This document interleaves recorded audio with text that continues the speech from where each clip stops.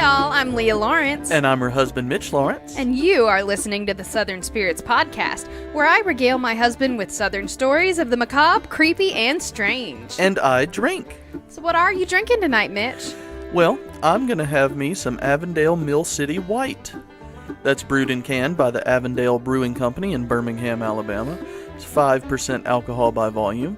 Let's read the can. A small brewery but with a big story. I'm already struggling. Anyway, that's not what it says on the can. It says a small brewery with a big story. That's because there are two different stories on the can. I'm not going to sit here and read them to you. It would take way too long. This is a light, sweet wit beer, and it is quite tangy. Wait, a what kind of beer? A wit beer. Spell that. Witbier. It's German. Oh, It means white beer.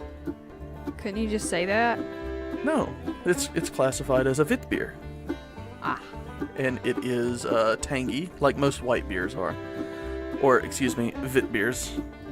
Fancy. It's not my favorite. It's still okay, though. I do recommend trying it if you like this sort of thing. It gets a 7 out of 10 from me. Our liquor for the night is Clyde May's Straight Bourbon Whiskey, distilled in Kentucky, but bottled by the Conecuh Ridge Distillery in Auburndale, Florida. 46% alcohol by volume. Let's read the bottle. Honoring the historic distillation process made famous by Clyde May. This is sweeter than the Alabama style that we did a few episodes back.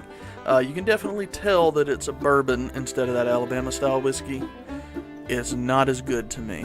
I love the Alabama style. This one's a little rough. Bourbon does that though. It's strong. Gets a 7 out of 10 on ice. A 7 out of 10 with a cola. A Sam's Cola is what I have. And a 7 out of 10 overall. That's everything we're drinking tonight. Leah, how about some fun place names? Alright, let me bring it up. Okay, you do that. I found it. Alright, tonight we're going to be telling about Bacon Level, Alabama. All of them have been in Alabama so far. That's because I've got the most things written up about Alabama and I'm going down the list. Okay. Well, let's hear about Bacon Level. So Bacon Level is in Randolph County, Alabama. And from, like I said, the article that I poached this from, it says the local story has it that some pioneer travelers in the 1800s had their camp robbed and their provisions were taken. They were told that some of the outlaws that stole their stuff were just on down the road where the trail leveled out. And sure enough, they found some of their missing bacon where the trail leveled out. So all they had was bacon? I mean, that's all that was left behind. So they called it Bacon Level because that's just how seemingly all of these towns got named. Because the bacon was on the level? Bacon was on the level, so they called it Bacon Level. Well, all right. Uh-huh. That's the strangest one so far, I believe. Disagree, but, close enough. They got robbed, and the robbers took everything but the bacon? No, they took the bacon, but they dropped the bacon. Apparently, it wasn't like premium grade hickory smoked bacon. It was just like that cheap Oscar Mayer pre-cooked in the package bacon. That you could eat right out of the fridge? Yeah, I don't like that stuff. It's disgusting. I'm very particular about my bacon. You have particular bacon taste? Costco bacon is fantastic. The Costco bacon's my favorite because you get like 4 pounds of it. Oh, y'all try the Kirkland bacon. Oh, we'll review so that good. next week. I don't think it's made down here, but it's delicious. No, but I'm still going to review it because I'll just eat a whole pack.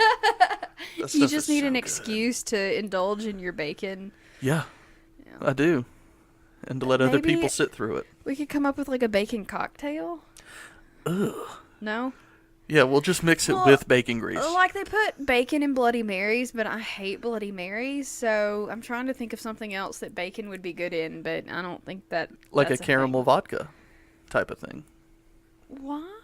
Why not? We have caramel bacon. Well, remember when we were in Gatlinburg and they were talking about doing candied bacon with that butterscotch Sugarlands. moonshine? Mm-hmm. Yeah, we need to try that and maybe add some as a garnish to a cocktail. Yeah. Once we go back to Gatlinburg, which we'd like to go every year for our birthdays, we'll bring back some Sugarlands and that'll be on It's hard to find around here. We can find some, but it's just a couple flavors. And the actual Sugarland store in Gatlinburg has like 30 different flavors. Oh, and they're all so good except They for are. that like one that's There's the just sour pure mash. moonshine. It's awful. The sour mash is not good. Every other one though, I'm a big fan of. Yeah, But would agree. we'll have some Sugarlands on sometime soon for anyone listening in Tennessee. This fingers crossed. Yeah, We'll see. it's a long shot, but we'll figure it out eventually. Yeah. Anyway. All right, let's get into our first story. All right. So our first story is about a lady in Pikeville, Kentucky, and her name was Octavia Smith Hatcher. In 1889, Octavia Smith was married to James Hatcher, so she obviously became Octavia Smith Hatcher because that's how You the go, girl. patriarchal naming conventions happen to work. Hey, I told you to keep your last name. I mean, I you should took have. I mine. liked my last name better, but I mean, Yeah. whatever. But now you sound like a Marvel superhero. I do, Leah Lawrence. It's kind of alliterative, and I like that. But anyway, James Hatcher was one of the wealthiest men in the Pikeville area, and so he was involved in initially shipping. So he bought like a warehouse on the river and stored all of the goods that were shipped into the area, and then they were shipped out. But anyway, he controlled that main shipping for a long time. Then he got into timber, and then eventually when coal was discovered in the area, he started a coal mining company. So he was incredibly wealthy and very powerful, built a lot of the infrastructure around there, the courthouse and stuff like that. Real entrepreneur. You got Can't it. say You got that it. word. Entrepreneurial. Yes, that's it. There we go. And so he was pretty famous around there. And later in life, he opened a hotel. And instead of calling it something interesting, he called it the Hotel James Hatcher because, I mean... That's a little bit narcissistic, a don't you little think? bit, but maybe he just wasn't creative. I don't know. But either way, in 1890, right after their marriage, so they were married in 1889, so in 1890, Octavia became pregnant with a son, and his name was Jacob, but he died a couple days after birth in January of 1891. Child mortality rates being terrible at that time period, it happened. And the death of her child caused this deep postpartum depression, and obviously that's just... That will happen.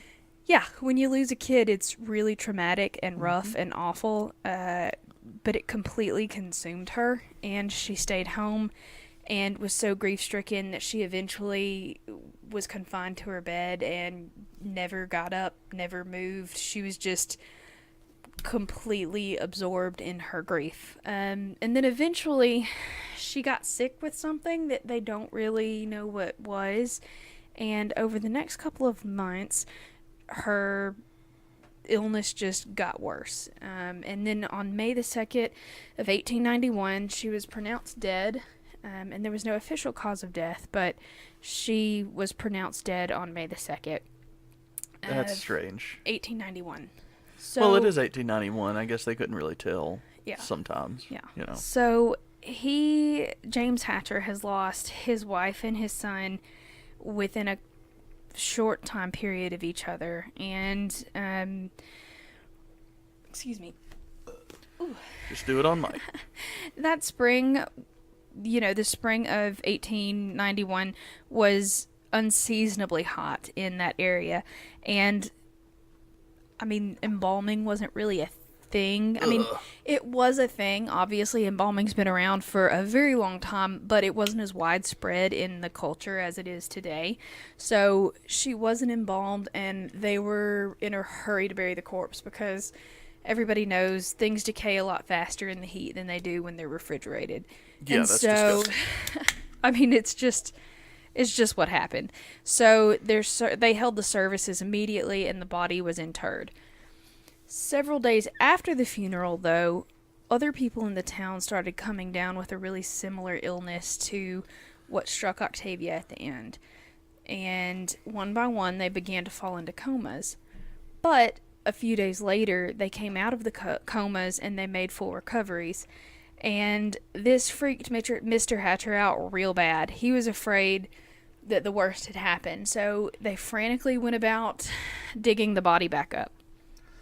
Well, several days, after they've exhumed the body, the casket, turns out was not airtight. And she had indeed awoken from her coma. Oh, my God. Just to find that she was buried alive. And her body was found with the fingernails scratched into bloody, bleeding stumps. She had completely ripped the lining away from her coffin lid. Her face was contorted in these terrified expressions. She had scratches on her face.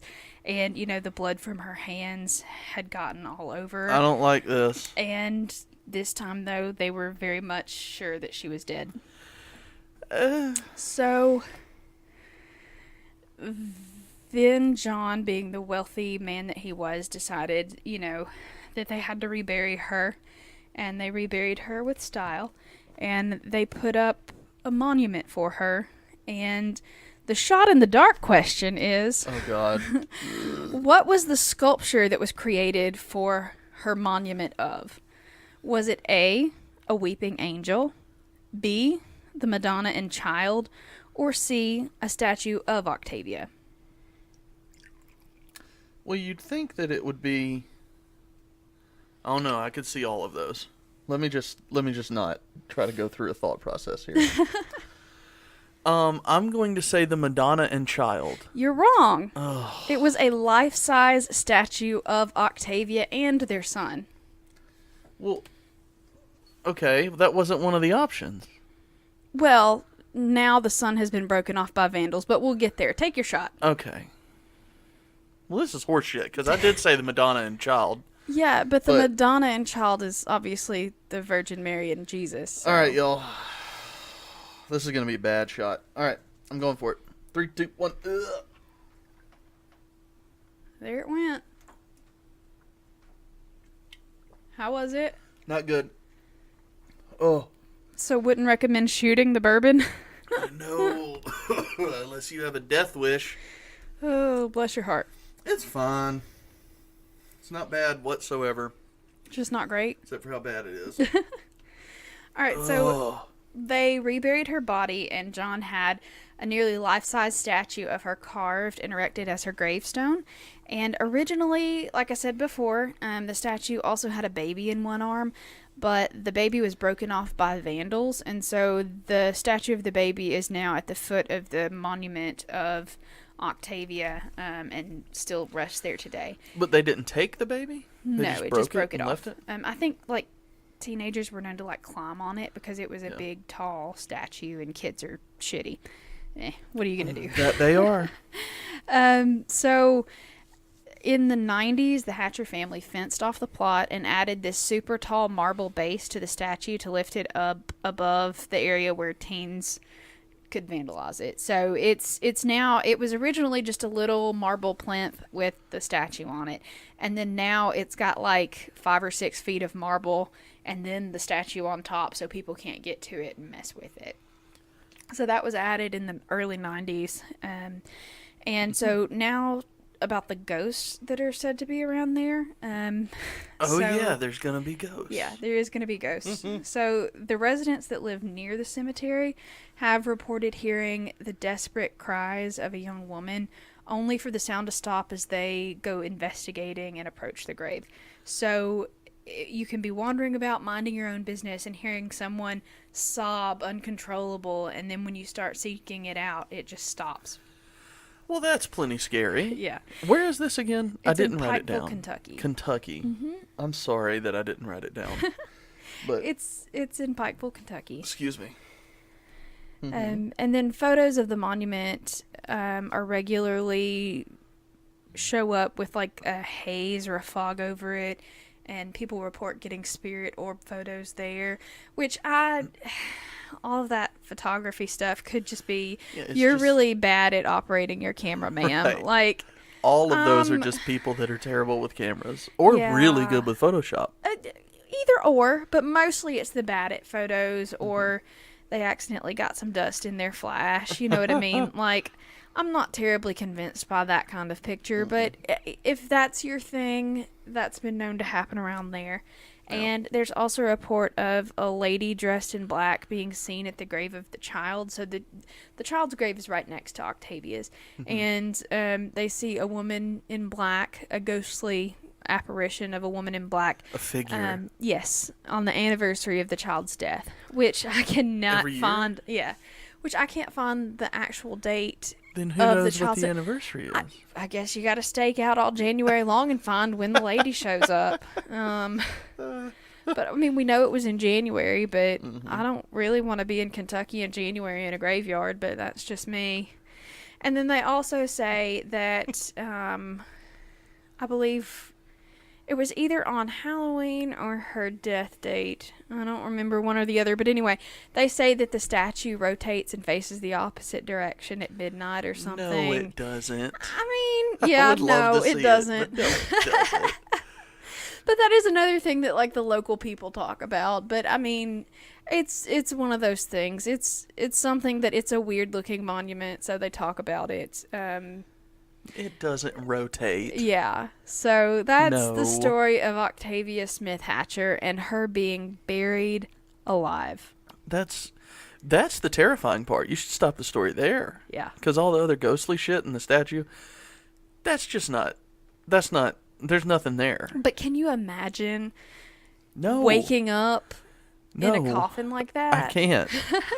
If I die, I want you to just leave me be for like 4 days. And just make sure before... Well, I want to be cremated anyway. But I also wouldn't want to be cremated alive. No. Because if I wake up as dust, then we got a problem. And there's an even bigger issue. You're right. Because I can't ring the bell or anything. What? You don't remember that? It was a Victorian the grave thing. Bells, yeah. Where they had the bells, and they have a string in the casket down in there with them. Now, and it's even said that... what's his name? James? Jesus. James Hatcher. I have it written right here. Sorry. I had to scroll up. I've been drinking. I apologize. No, you haven't. Yeah, yes, I have. Not here. And so James even... So I told you he had that hotel that he named the Hotel James Hatcher because he is not creative. Well, he had a little museum in that hotel, and it was a little museum in quotation marks. But one of the things that he displayed in his museum was actually a coffin that he had made specifically for him. Oh, God. And it had a thing that latched from the inside, and you had to have a special tool to shut it. And it was basically so he could, it was an escape hatch kind of coffin, so he didn't end up buried alive. But if he wakes up in the coffin and makes his way out, he's still underground, though. Explain that to that guy, not me. Okay, James, if you're listening, take notes. Start writing now. The 6 feet of dirt is going to crush you, bro. Yeah, it's still, you're not going to make it out of there. Probably I don't know, you ever see Kill Bill? She made it out of there. Yeah. Also, they did like a buried alive thing on Mythbusters, and that was kind of fun. I never watched Mythbusters. Okay, well, that was a good episode. I'm sure it was. I don't have a problem with Mythbusters. I just never watched it. Was never compelled. I thought it was fun. Just the whole show or that one show? No, all of it. It was a really good show. Highly recommended. Well, Mythbusters, if you're listening, we would like for you to come back. Oh, that's not going to happen. You don't know that. They've both said that they're not working together ever again. Yeah, but you don't know that. Let me handle this. All right. I'll get on this. Uh-huh. So, whatever happened to James Hatcher? He just was old and rich and had a fancy hotel, and he died. He never remarried. They started calling him, like, Old Jim was his name. Yeah, that everybody called him, and I like that name. He was just a wealthy guy, and he even seemed to be a pretty good guy. He didn't have any more kids of his own. Except for the burying his wife alive thing. He didn't do that one on purpose, though. He did it on purpose. He didn't do that on purpose. He knew.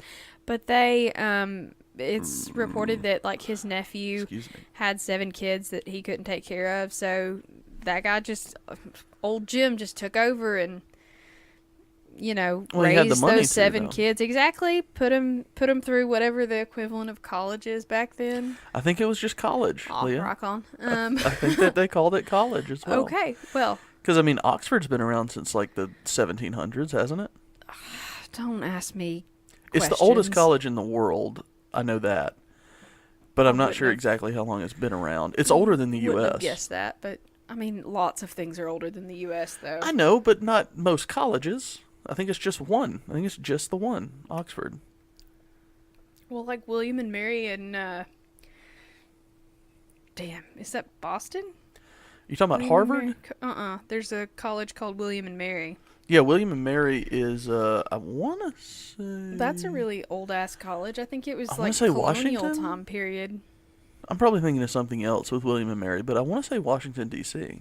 I don't know. It's I don't know. around the Virginia area, but I don't Write know. us. Let us know where William and Mary is. How old is it? Let us know in Uh, Spanish just- as well. I'm sure there's ghost stories from there, so let us know. Anyway, so that was the All story. right. Well, that's story number 1. Uh-huh.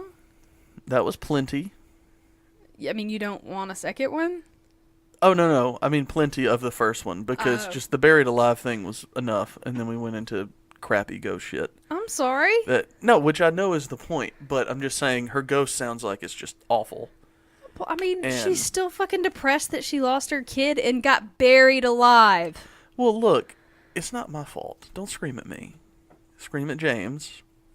James, It's poke your wife first. James, Seriously. look, again, if you are listening, listen up. Dude, you gotta check the heartbeat. You gotta check vital signs. It's a thing. Come on, what James. your problem is. But Modern medicine has made you so many can't strides. you can't just bury your wife, unless she is actually dead. In which case, you probably should. Even then, wait like 3 days. Yeah, 3 to 4 days. Just make sure. You know? can't hurt. It can hurt a lot, but you can get diseases, but No, you can't. Actually, You can still wait. corpses are very safe and sanitary to be around as long as they didn't have something like Ebola, which she didn't. I don't think that that's true. No, that's 100% true. Write us, let us know if that's true. All right, whatever. Anyway, cookies. let's keep going. Story 2? Are we ready? Yeah. All right, story 2. Okay. Hold on. I will not wait for that. All right, so the second story is about a serial killer. Yay, my favorite. So this serial killer's name is Rhonda Bell Martin, and Rhonda Bell Martin was a waitress in Montgomery, Alabama. My hometown. Huzzah. So Rhonda Bell Martin was born as Rhonda Bell Tomley in 1907. It's not listed anywhere what her exact birth date is, so either she didn't know or they didn't care to find out. But anyway, sometime in 1907, she was born to the parents James Robert Tomley and Mary Frances Grimes. So like I said before, she was a waitress in Montgomery, Alabama, and she was always described as 49 years old with dark auburn hair. And they always refer to her as one of these 3 descriptors. She's either a hefty waitress, a plump waitress, or a stout waitress. And she's really not that big. And I'm a big girl, and I kind of take offense at that because... Well, I'm hefty, but that bitch was a little thick. It wasn't. she was a She little was thick. not. She has some junk. She was. I guess probably bigger than most standard sizes at that point, but she was not like. Was she like Betty Boop? She was not a chunk. No, Betty Boop is creepily proportioned. Nothing like that. But Well, not with the big head, but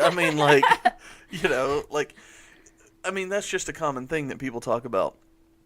With how there was the quote-unquote ideal women's body image back then when the Betty Boop cartoons were out, where she was actually, like, she had thick thighs, and she had a little bit of a belly, and she was kind of rounded, and It's just so much different now. No, she wasn't anything like that. She was just a middle-aged lady that had gained a couple pounds. Like, Built it like a wasn't linebacker? bad. No, she wasn't. She wasn't that tall. She wasn't that big. But they keep calling her, and instead of just saying and leaving it at she was a 49-year-old waitress with dark auburn hair, they have to add that little neg in there. They have to. I mean, okay, I know she killed people, but y'all, there is no reason. But to don't start body out shame the serial killer. There's no reason to start out your article with the hefty 49-year-old waitress or the plump or the. Maybe they meant The that stout. she like threw her weight around. No, like she was they hefty. meant she was fat. She was They were strong. fat shaming the serial killer, and I'm not okay We with just it. can't have that. Anyway, I'm gonna step down. Body shaming the serial killer. I've never heard of this, and I'm from Montgomery. Well, I'm gonna step down from my soapbox, and I'm gonna Thank go you. directly into a shot in the dark. Oh God. How many people did Rhonda kill? Was it 4? Was it 6? Or was it 8? 4, 6, or 8. 4, 6, or 8? What does it take to be a serial? That's the question. So Is it 3 or more? It's 3 or more. So With the that same makes you MO, a though, multiple killer. Not even necessarily. They start calling you a serial killer after 3. Sometimes they'll also just call it a multiple murderer. Yeah. But yeah, serial killer generally starts at 3. 4, 6, or 8 in Montgomery. She was 49. So in 1956 is when this was happening. Mm-hmm. She did them all in 1 year? No. It spread out. She was arrested when she was 49. She was arrested when she was 49 in 1946. All right. 56, excuse me. Pick up sticks. I'm going to say that she, along that same train of thought, killed 6 people. God damn it. Woo-hoo-hoo! Here we go. I don't want to do this at all. It's I don't really like bad. bourbon. Do you want some cola? Yeah, There give me you go. that. Have some Sam's Choice cola. Y'all, I don't like bourbon. This at is all. not good bourbon. It's Is really it not. not? It's not my favorite. You want to change that score? Because 7's pretty high. Maybe. We'll go back. All right. I'll revisit it. Okay. Oh, I'm burping. I'm just. You're already my tummy's burping? nervous You have about anticipatory this. burps. All right.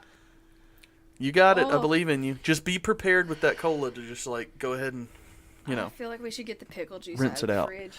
I'll get you some pickle juice. Anyway, ready? Yeah. 1, 2, stop. Don't laugh. 1, 2, 3. Oh, how much does that burn? Oh, look at that look on your face. Oh, isn't it bad? Get it off. Get it off. Get it off. Get it off of your tongue? Are you serious? You're wiping your tongue with a paper towel. Oh, Did you really just do that? yes. That was Ugh. heinous. I disagree with your scoring system. Yeah, I might have to go back and revisit that one. Which is awful because I love the Alabama style Clyde maze. The Alabama style that is was leagues, so good. It was leaps amazing. and bounds and leagues That stuff is better than awful, this but one. I also hate bourbon, so I'm biased. Well, I mean, Bourbon and gin are the 2 things that I cannot tolerate. you see what Alabama gets you. Ugh. Good whiskey. Ugh. Alabama style, at least. Hold on. All right. This is going to take a while to recover. Stop. That So- wasn't my fault. I mean, it We're was going to me, get but- back to Rhonda and her 6 murders. Rhonda, help me, Rhonda.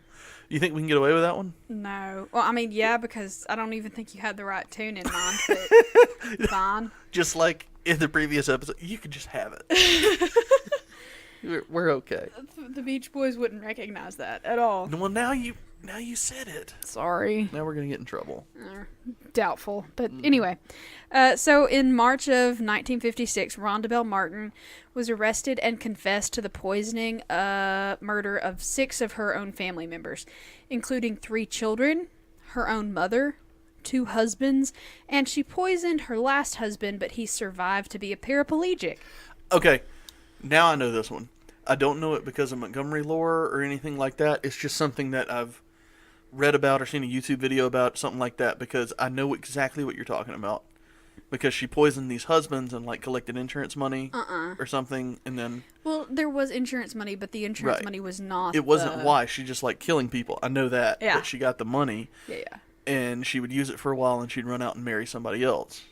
And then... Well, can I tell the story, please? No, 'Cause that's the story. Episode's over. You don't actually have it right, but anyway. Okay, so I'm going to start in the middle, and then we'll swing back around to the beginning. Are you Tarantinoing me? I am. But less blood because she was a poisoner and not like a hack and slash. But There's still blood. yeah, minimal amounts. But anyway. So Rhonda met and married Claude Martin in 1950. Claude was a widower with 2 daughters and a son named Ronald Martin, who will figure prominently later on in the story. Teasers. Spoiler alert. So the two lived happily together until 1951, so they got a year in. When Claude came down with what the doctors assumed at the time to be just a mystery virus, they weren't quite sure what was going on, but they knew he was sick. He was suffering from a severe flu-like symptoms that continued for well over a month. And, after a long, painful battle with this mystery illness, he died. Claude's death was ruled to have been from natural causes, and Rhonda had him buried in her family plot. And with the insurance money that she collected, which I believe was $2,000, she even paid to have the remains of his former wife moved so she could be interred next to him. So, I mean, that's a thing. What is her goal there? No idea. I guess just being a nice person-ish? To who? To the dead lady? Excuse me. I don't know. To whom? I just thought that was a weird detail that happened. But, that money was generally, like I said before, she did receive a little bit of insurance money, but not on every one of her victims. And generally that money was only enough to cover the burial, so she really didn't get a lot out of it. That doesn't seem to be a motivating factor in why she killed anybody. No, I don't think that it was, and I still want to address that in my original statements. Okay. I don't believe that the insurance money was the factor. Yeah. But there was a little bit of insurance money. But it was part of it. Yeah. I mean, Thank you. as far as motive, I don't think it was a thing, but I mean, it did happen. There were side effects from her murdering people. Side But effects? anyway, side effects. Yeah, Okay. like the death thing. But anyway, so she did all of that, and then 8 months after Claude died, her stepson, Ronald Martin, who was 25 years old at the time, proposed to her, and they got married. And it was actually illegal in Alabama at the time due to the incest laws that they had in place. I don't know if those laws have changed or anything, but at the time, that marriage was very much illegal because she married her stepson. She was 20-something years older than he was. Which, I mean, you go, girl, I guess, if she hadn't killed not his this time. dad. No, not for this one. No, it was a little gross. I'm but so grossed anyway, out. yeah, she married her stepson because that's a thing. Yeah, so Ronald was in the Navy. I just got the chills. Sorry. Yeah, Ronald was in the Navy, and everything was going great for the couple. They were hanging out, having fun, until 1955, when he was discharged from the Navy. So, in 1956, after he was discharged, he became incredibly ill. He was complaining of all sorts of stomach problems and pain in his limbs, and his extremities were going numb. And he was admitted to the Veterans Hospital that was in Biloxi, Mississippi at the time, which I assume that was probably the nearest big Veterans Hospital Could have at been. the time. I know there's a VA in Montgomery now. Yeah, it has but there been like all my probably- life, but maybe not in There the 50s. probably wasn't a VA there at the time. Yeah. So the VA in Biloxi is where he was admitted. And the doctors did every test that they could come up with, and eventually they took a sample of his hair. And the test results came back showing that his body contained an insane amount of arsenic. Oh, Like what do you know? crazy amounts of arsenic. And so the doctors quietly alerted the authorities, and the police started an investigation into Mrs. Martin, whose background was filled with an excessive amount of death, it turns out. Yeah. She just has a black cloud hanging over her. Yeah, That's all. yeah. She's just unlucky. Poor lady. Poor woman. They went ahead and got judges to issue an order to exhume all of the bodies. So the bodies were tested, and every single one of them was found to be chock full of arsenic. So soon after the police confronted her with, hey, all these people that died in your life? Listen. Arsenic. We know that all it of may them. not be Arsenic. you. Look, we know that this could just be an accident, but we're just letting you know what we found, okay? And what we found was fucking arsenic. So soon after they told her, there's arsenic on all them there bodies, Rhonda confessed to all 6 of the murders by poisoning. So this is the timeline of what happened and how she killed her victims. Here we go. So Strap in. Rhonda married her first husband. His name was W.R. Alderman in 1922, and she was 15 years old. This may not be her fault then that she arsenicked him. She did not arsenic him, though. That marriage ended in a healthy divorce in 1926, and he walked away with his life because, when you... Lucky him. Yeah. But he married a daggum 15-year-old. I blame him for that. Well, how old was he? It never said, but... Yeah, you don't know. He might be 16. I don't care. He That's also might be young. 40. Too young. Creepy and young. Anyway. Yeah. So she married her second husband, and his name was George W. Garrett, in 1928. Turns out George wasn't so lucky. No. So Rhonda and George had 5 kids together. There was Imogene, Anne, Ellen, Adelaide, and Judith. So all daughters. And Anne Garrett was 6 years old, and was her first victim in 1937. So she poisoned the little girl's milk, and no cause of death was reported on her birth certificate. Kids, I guess, just died sometimes. They just let them die? Yeah, in the 30s, I guess that was just a thing. And so there was no investigation, no, freak out. She was just a little girl, and she died, so... Oh, well, I guess. And then... It's a real positive outlook. So that happened in 1937. Then Imogene was poisoned in 1939 at the age of 3 years old. Well, of course she was. No cause of death was reported for that child either. So you have one child that just died, and so 37, 38, 39. A couple of years later, another child dies. Nobody's batting an eye, apparently. So later that same year, Rhonda confessed that she started adding poison to George's whiskey bottle. So Confessed to whom? To the, she confessed. She confessed. She confessed. I said it again. She confessed to the police in, the 50s or whatever. In the 50s about that she was doing her, it that year. Yeah. So that in 1939 she started adding rat poison to George's whiskey. Okay. And so he would obviously just be dosing himself little by little, and he died a slow, agonizing death in 1939, which the doctors attributed to pneumonia. If I hadn't opened that Clyde maze myself, I would have thought that you did the same thing, because that stuff tastes so bad. I'm sorry, but I didn't poison it. That's just how it tastes. I am revisiting that 7 out of 10. I'm marking it down to 4, I think. 4 out of 10. Ugh, it's gross, but I, once again, don't like bourbon. I'm sure it's a fine bourbon. I just don't like bourbon. It's not a fine bourbon. It's not a good bourbon. So, in 1939... she marries her third husband, and his name is Talmadge Gibson. Did you say Town Madge? Talmadge. Talmadge. Talmadge. Talmadge. I have a feeling that that's not pronounced that way, but I could be Talmadge? Talmadge? I don't know. It's like Colonel. I don't know that it's spelled phonetically. Whatever. I'm going to call him Talmadge Gibson. I'm Because fine they with were Talmadge. only, I'm just saying it might be different. They were only married for a couple of months, and then they divorced quickly because apparently that just didn't work out.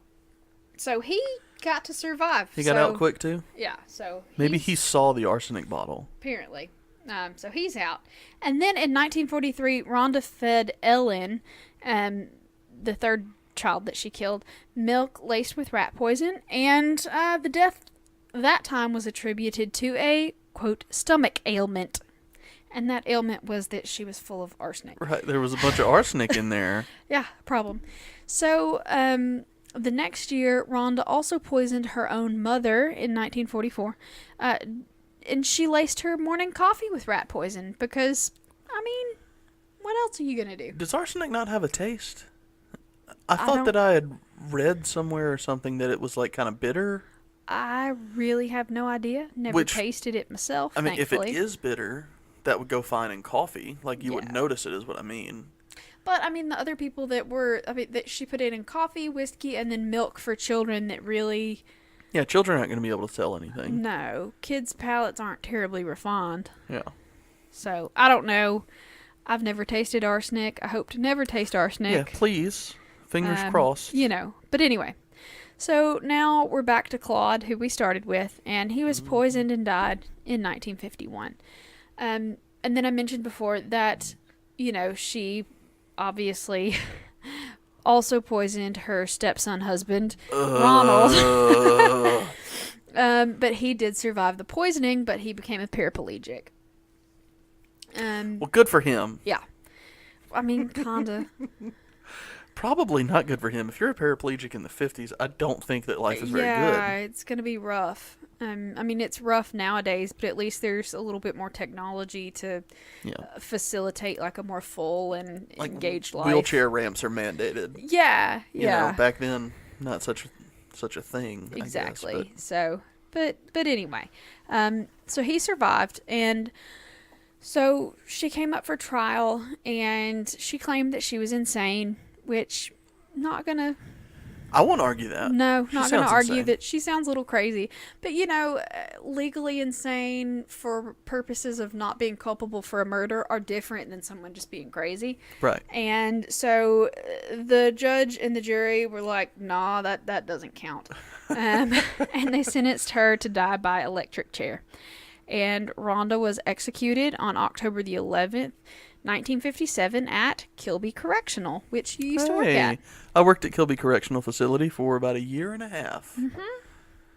So her last meal was a hamburger, mashed potatoes, cinnamon rolls, and coffee, which sounds awesome to me, it personally. does, and I also want to comment that Alabama no longer does last meals. They haven't, I would say, for at least 20 years, maybe more. They just, you get what you get or you don't get anything. We're not ponying up the money for it, basically. Well, I mean, good for them either way. But that's what her last meal was.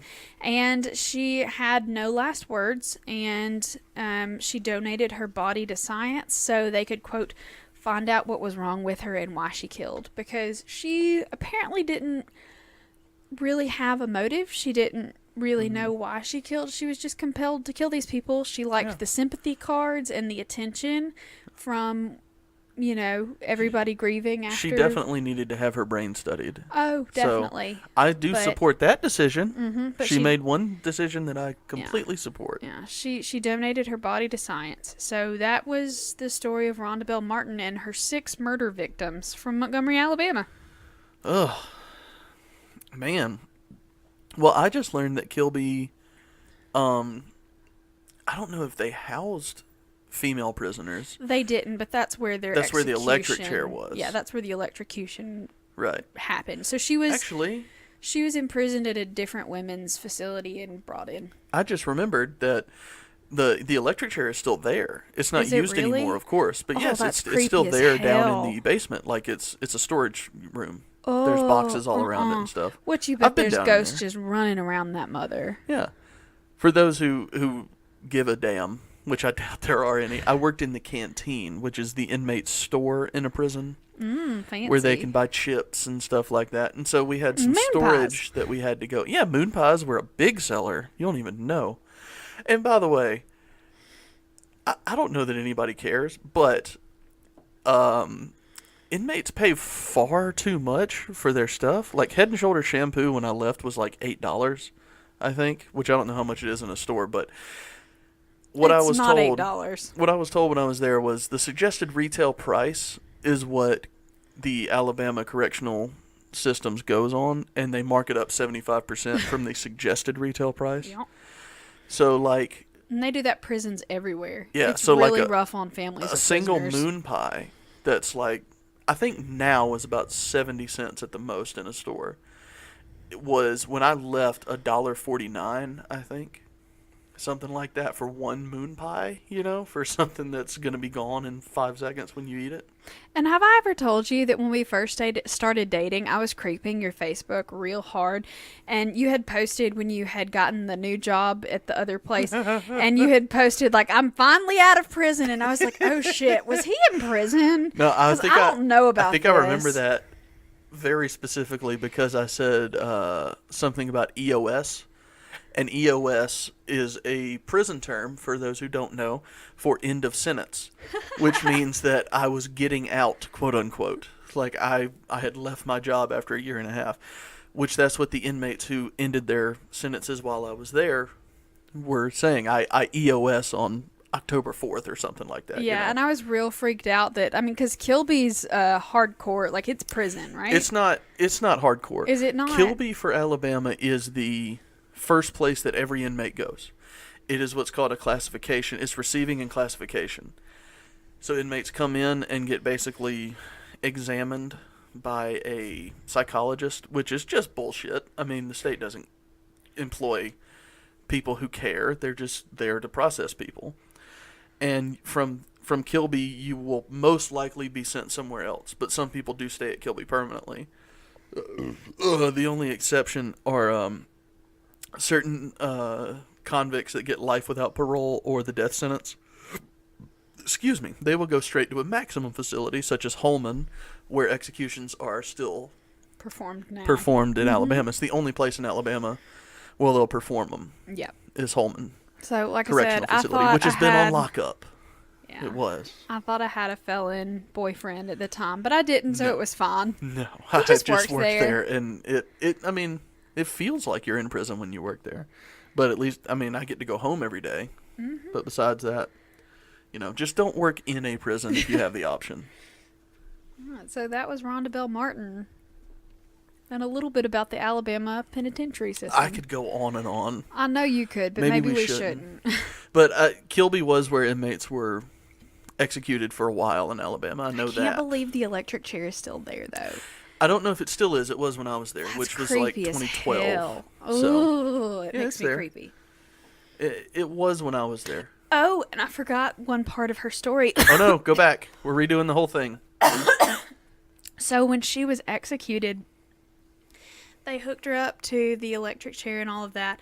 They flipped the switch and nothing happened. And it turns out her electrode leads had come unplugged, and they had to start over the process, rehook her back up, plug her back in, and then flip the switch a second time. So not only was she like expecting that first thing to kill her, she had to wait for them to stop that, reattach everything, and get her on the second go. And she still didn't say anything? She still had nothing to say after all that? I mean, I'm sure she's actually probably said a bunch of shit, but she had no official last words. Because they do ask. Yeah. They do. I've seen, you know, video. I think it was probably on lockup, videos of executions where they say, do you have any last words? You know, that's a real thing. Yeah, so she didn't have any official last words, but yeah, that happened to her too, and I was like, oh, that's cruel and unusual and awful, but for she her, also poisoned let's just take it. 3 tiny children and 2 husbands. Yeah. And a mother. And she fucked her stepson. Which, Let's not forget that. But. Yeah. Gross.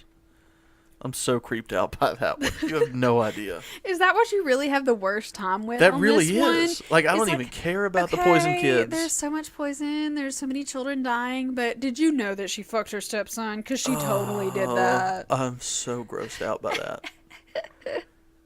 That's I'm sorry. That really is my least favorite part of the whole thing. I apologize. Well, it's not your fault. I'll come up with a story with less stepchild incest next time. Oh, fingers crossed. Oh, I'm so looking forward to it.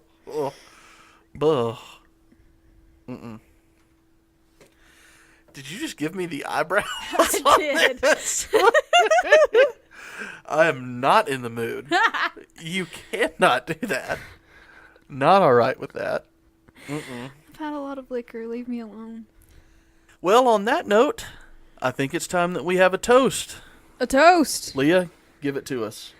Tonight we're going to toast Octavia Smith Hatcher and, all those people that Rhonda Bell Martin murdered. And the chemical of arsenic. Yeah. So, here we go. Always wait a while for your wife's coma to subside, or else she may wind up 6 feet under, still alive. When shopping for a wife, don't pick out the plump one. She will lace your coffee and then marry her stepson. Drink! I guess that rhymes. Plump one, stepson, it rhymes. It does. I love that line. When picking out your wife, don't pick out the plump one. That was funny. Thank you for that. You're welcome. But did you have to include the stepson? Stepson. Ugh. All right. Thanks, everybody, for listening to the Southern Spirits podcast. Please like and rate us on iTunes. Follow us on Instagram and Facebook at Southern Spirits Podcast. Follow us on Twitter at S Spirits Podcast. And if you have any personal stories or have anything that you just want to share with us, any alcohols maybe around you that you think that I should try, send us an email at southernspiritspodcast@gmail.com. Or if you've got a crazy town name around you, clearly I'm picking from Alabama and I need help with that. So, send me your suggestions. Leah's picking hometown favorites and we need some help. Well, we'll see y'all next week. Bye, y'all.